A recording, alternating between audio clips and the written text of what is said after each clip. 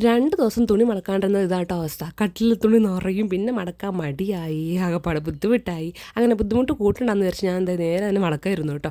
പിള്ളേരുടെ തുണിയാണ് ഏറ്റവും കൂടുതൽ, അതുകൊണ്ട് കുറച്ച് സമയം എടുത്ത് തന്നെ മടക്കി. പക്ഷേ അത് മടക്കി അടുക്കി വെച്ചിട്ട് വലിയ കാര്യമൊന്നുമില്ല കേട്ടോ. ഞാൻ കഷ്ടപ്പെട്ട് അടുക്കി തെച്ചുട്ടിൻ്റെ അല്ലുക്കുഞ്ഞിൻ്റെയൊക്കെ ഓരോ ലെയറായിട്ട് കൊണ്ട് വെക്കും. 2 പേര് മറ്റേ ആന കരിമ്പങ്കാട്ട് കയറിയ പോലെ എല്ലാം 2 ദിവസം കൊണ്ട് മാറി വലിച്ചിടും. അതുകൊണ്ട് ഇപ്പം അടുക്കിപ്പറക്കിലേക്ക് കുറച്ച് മടിയാണ്. അടുക്കി വെച്ചാൽ പോലും, തുണി അടുക്കി വെച്ചാൽ പോലും അങ്ങനെ അടുങ്ങി ഇരിക്കില്ല. അങ്ങനെ ഒരു വിധം എല്ലാവർക്കും അടുക്കി മാറ്റി വെച്ചിട്ടുണ്ട്. എന്നിട്ട് പിന്നെ തെച്ചുട്ടിക്ക് ഫുഡ് കൊടുക്കാമെന്ന് വിചാരിച്ചു. അല്ലുക്കുഞ്ഞ് ഇതുവരെ എഴുന്നേറ്റിട്ടില്ല. എനിക്കിന്ന് ഡ്യൂട്ടിയുള്ള ദിവസമാണ്. അപ്പോൾ ഞാൻ ഇന്ന് കുറച്ച് കാര്യങ്ങളൊക്കെ കുറച്ച് നേരത്തെ ആക്കുവാണ് കേട്ടോ. കാരണം നേരത്തെ പോകേണ്ട ആവശ്യമുണ്ട്. അങ്ങനെ ഇന്ന് തെച്ചുട്ടിക്ക് ഇത് തന്നെയാണ് കഴിക്കാൻ കൊടുത്തത്.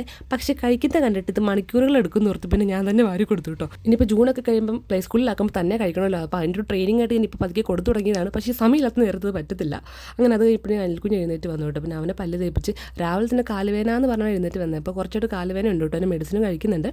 വൈറ്റമിൻ ഡീൻ്റെ ഡെഫിഷ്യൻസി എന്നാണ് പറയുന്നത്. അപ്പോൾ നമുക്കൊരു മാസത്തിന് മരുന്ന് കൊടുത്തോണ്ടിരിക്കുകയാണ്. അവന് വൈറ്റമിൻ ഡി കുറവാണ്.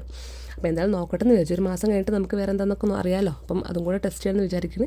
അങ്ങനെ അതും കൂടാണ്ട് അവന് കണ്ണിൽ ഇത്തിരി റെഡ് കളർ വന്നിട്ടുണ്ട്. ഇപ്പോൾ ചൂടിൻ്റെ ഞാൻ തോന്നുന്നുണ്ട്. അപ്പോൾ അതിൻ്റെയും മരുന്ന് ഒഴിക്കുന്നുണ്ട്. അപ്പോൾ അതുകൊണ്ട് രാവിലെ അല്ലുക്കുഞ്ഞിനെ ഓക്കെ ആക്കൽ ഇത്തിരി പാടാണ്. കരച്ചിലും ബഹളമൊക്കെ ആയിരിക്കും. തെച്ചുട്ടിക്ക് വലിയ കുഴപ്പമില്ല കേട്ടോ.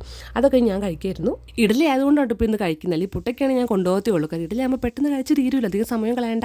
അങ്ങനെ 2 കഴിച്ചാൽ മതിയില്ല. അങ്ങനെ ഞാൻ ഇഡലിയൊക്കെ കഴിച്ച് നേരത്തെ റെഡിയാവാൻ കയറിയിട്ടുണ്ട്. ഇതൊക്കെ എനിക്ക് എടുത്തുന്ന വീഡിയോ ഉണ്ട്. സാധാരണ ഈ സമയത്ത് സ്റ്റാൻഡൊക്കെ വെച്ചിട്ടാണ് വീഡിയോ എടുക്കുക. സമയം ഇല്ലാത്തതുകൊണ്ട് സ്റ്റാൻഡ് ഒന്നും വെക്കാൻ നേരില്ല.